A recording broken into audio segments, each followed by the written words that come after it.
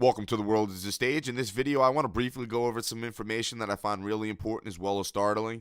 And it's something about 80 to 90% of you guys already know all about and find quite obvious, which is this nation, the United States of America, was not founded on Christianity. Rather, this nation was founded on Freemasonry. We are and always have been a Freemason nation built off Masonic values. Starting with the Declaration of Independence, 12 of the 56 men that signed the Declaration of Independence were known Freemasons, about 1 in every 5. And it's rumored that 12 more of the men were Freemasons, which would make about half of the men that signed the Declaration of Independence Freemasons.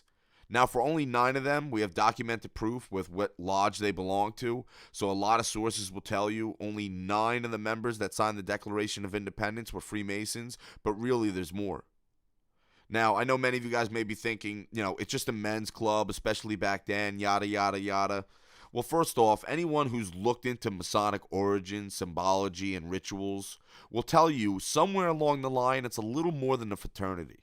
But regardless, if you've ever read the book Proofs of a Conspiracy by John Robinson in 1798, or if you've ever done deep research on the French Revolution yourself, you would come to the conclusion that the French Revolution was no grassroots movement, like they like us to believe. And instead, it was manufactured by members of a godless group called the Bavarian Illuminati.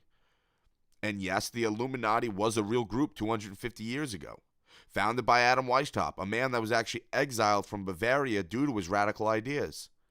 And ironically, this organization was officially established just 2 months prior to the signing of the Declaration of Independence in May of 1776.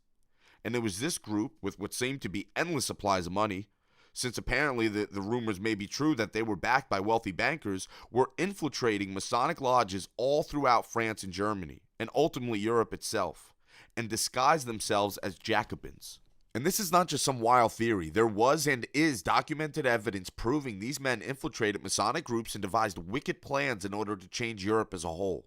But it was people like John Robinson that were trying to warn the Americans that they had proof that these same group of men have infiltrated the colonies and that this was going on in America as well.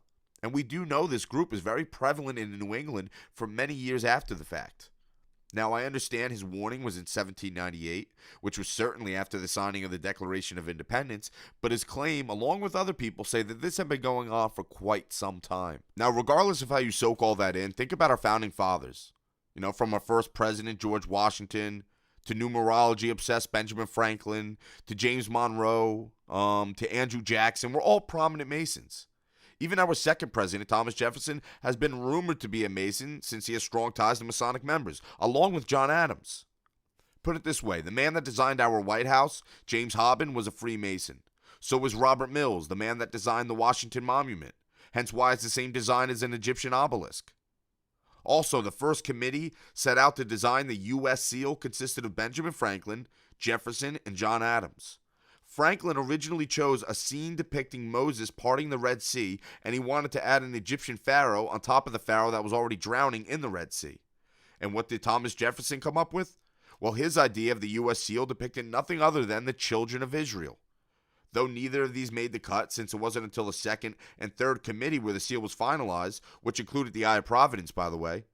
But ask yourself, if this nation's seal was meant to represent a nation's identity, then what the hell were Benjamin Franklin and Thomas Jefferson thinking? What in the world does Moses, Egyptian pharaohs, and the children of Israel have to do with the representation of America? But all in all, our nation seal was finalized to both the American eagle and the all-seeing eye on top of a pyramid, which we weirdly call the Eye of Providence, which also brings me to our dollar bill, which is loaded with Masonic symbols, and it was both Benjamin Franklin and Francis Hopkins who helped create the idea. But it wasn't until years later that these seals would be implemented on our paper money. In fact, it wasn't until a few years after the establishment of the Federal Reserve. Now, I'm not saying there's definitely a correlation between the two, but it's certainly interesting.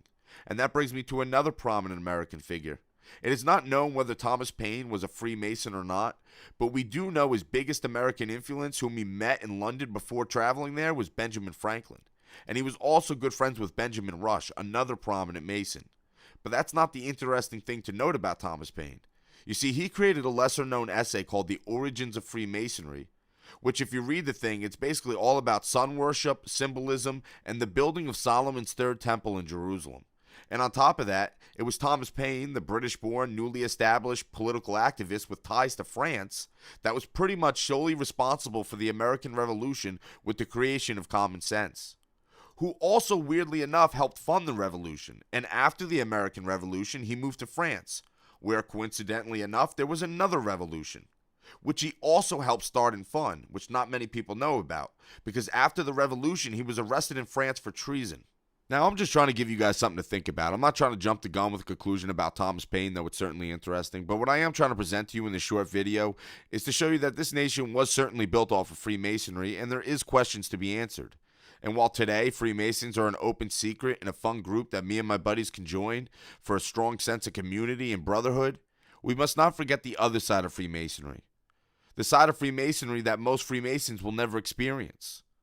The side of Freemasonry and other secret societies in which powerful members find themselves in powerful positions. The same side in which dualism in ancient Egypt is idolized, and where the land of Israel is cherished and considered sacred.